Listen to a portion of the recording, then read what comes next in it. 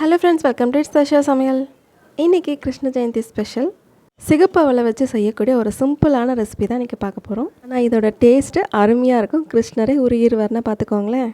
சட்டுன்னு 10 நிமிஷத்துக்குள்ளே ரொம்ப ஈஸியாக செய்யக்கூடிய இந்த ரெசிபி எப்படி செய்கிறதுன்னு வீடியோக்குள்ளே பார்த்துடலாம். அதுக்கு முன்னாடி நம்ம சேனல் இட்ஸ் தஷா சமையல் இப்போ தான் ஃபர்ஸ்ட் டைம் பார்க்குறீங்க அப்படின்னா மறக்காமல் சப்ஸ்கிரைப் பண்ணிட்டு பக்கத்தில் இருக்க பெல் ஐக்கானை கிளிக் பண்ணிக்கோங்க. இந்த வீடியோ பிடிச்சதுன்னா மறக்காமல் லைக் பண்ணிவிட்டு ஃப்ரெண்ட்ஸ் ஃபேமிலி கூடயும் ஷேர் பண்ணிக்கோங்க. ஒவ்வொரு ரெசிபியும் கண்டிப்பாக ஏதாவது ஒரு ஊரில் தான் ஆரம்பிச்சிருப்பாங்க. அதே மாதிரி இந்த அவல் வரட்டியத்து ரெசிபி எந்த ஊரில் கண்டுபிடிச்சாங்க அப்படிங்கிறத கமெண்ட்டில் மறக்காமல் சொல்லுங்கள். நம்ம ஊர் நம்ம பெருமையை நாம் தானே சொல்லணும். அவல் வரட்டியத்து செய்கிறதுக்கு ஒரு கடாயில் 1 கப் அளவுக்கு நாட்டு சர்க்கரை எடுத்துக்கலாம். வெல்லம் விருப்பம்னா அதுவும் எடுத்துக்கலாம். இதுக்கு 3/4 கப் அளவுக்கு தண்ணி சேர்த்து வெல்லம் நல்லா கரையிற அளவுக்கு கொதிக்க வச்சுக்கோங்க. தூசி இல்லாத வெல்லம் அப்படின்னா அப்படியே டேரெக்டாகவே கொதிக்க வச்சுருங்க. இல்லை அப்படின்னா வெல்லம் கரைஞ்சதுக்கப்புறமா ஃபில்டர் பண்ணி நல்லா கொதிக்க வச்சுருங்க. அதுக்குள்ளே நாம் அவலை நல்லா கழுவி ஒரு 2 நிமிஷம் ஊற வச்சு எடுத்துக்கலாம்.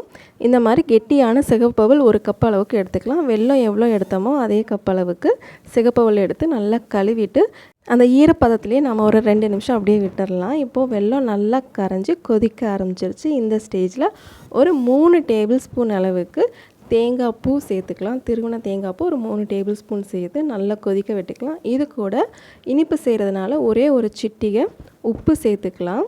இது நல்லா கொதித்து வரட்டும். இந்த அளவுக்கு நல்லா பதமாக கொதித்ததுக்கப்புறமா நாம் கழுவி ஊற வச்சுருந்த சிகப்பவலை இதோட சேர்த்துடலாம். மீடியம் ஃப்ளேமில் வச்சுக்கோங்க அடுப்பை. இப்போது பார்த்திங்களா, ஒரு 2 நிமிஷத்துலேயே நமக்கு நல்லா உபரித்தன்மை நல்லா இன்க்ரீஸ் ஆகி வந்திருக்கு. இதை நல்லா வெல்லத்தோடு கலந்து விட்டுக்கலாம். இந்த வெள்ளைப்பாகோட நல்லா கலந்ததுக்கப்புறமா நாம் இதை நல்லா சமப்படுத்திட்டு ஒரு 5 நிமிஷம் மூடி போட்டு அந்த சூட்லேயே வேக விட்டுக்கலாம். 5 நிமிஷத்துக்கு அடுப்பு லோ ஃப்ளேம்லேயே இருக்கட்டும். 5 நிமிஷத்துக்கு அப்புறம் அவல் வெள்ளைப்பாகோட நல்லா கலந்து ஒரு ஜூஸியான கன்சிஸ்டன்சிக்கு நமக்கு கிடைக்கும். பார்த்திங்களா, இந்த மாதிரி இருக்கும். இப்போ இது கூட ஒரு சிட்டிகை அளவுக்கு ஏலக்காய் பொடி, ஒரு சிட்டிகை அளவுக்கு சுக்கு பொடி, இது கூட ஒரே ஒரு டேபிள் ஸ்பூன் அளவுக்கு நெய் சேர்த்து ட்ரை ஃப்ரூட்ஸ் எல்லாத்தையும் வறுத்து நம்ம சேர்த்துக்கலாம். இன்றைக்கி நான் பாதாம், முந்திரி, அதுக்கப்புறம் உலர் திராட்சை எல்லாத்தையும் குட்டி குட்டி பீஸாக கட் பண்ணி நல்லா நெய்யில் வறுத்து இதோட சேர்த்துட்டோம். இதை நல்லா ஒரு தடவை கலந்து விட்டு இறக்கணும் அப்படின்னா அவ்வளோதாங்க. நான் கம்மன்னு செம்ம டேஸ்டியாக அவல் தம்பிட்டு சட்டுன்னு 10 நிமிஷத்தில் சூப்பராக ஜம்முன்னு ரெடி ஆகிடுச்சு.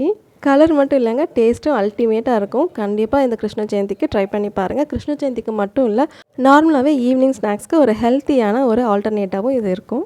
என்னங்க, அவல் வரட்டியத்தோட ஆரிஜினை கண்டுபிடிச்சிட்டிங்களா? இந்த சிம்பிள் அண்ட் ஹெல்த்தியான ரெசிபி கண்டிப்பாக உங்களுக்கு பிடிச்சிருக்கும்னு நினைக்கிறேன். ட்ரை பண்ணி பாருங்கள். ட்ரை பண்ணி பார்த்துட்டு எப்படி வந்தது அப்படிங்கிறத மறக்காமல் கமெண்ட்டில் சொல்லுங்கள். இந்த வீடியோ பிடிச்சுன்னா லைக் பண்ணிக்கோங்க. ஃப்ரெண்ட்ஸ் ஃபேமிலி கூடயும் ஷேர் பண்ணிக்கோங்க. அப்படியே மறக்காமல் சப்ஸ்கிரைப் பண்ணிக்கோங்க. இன்னொரு இன்ட்ரெஸ்டிங்கான வீடியோவில் சந்திக்கலாம். அன்டில் தென் பாய், டேக் கேர்.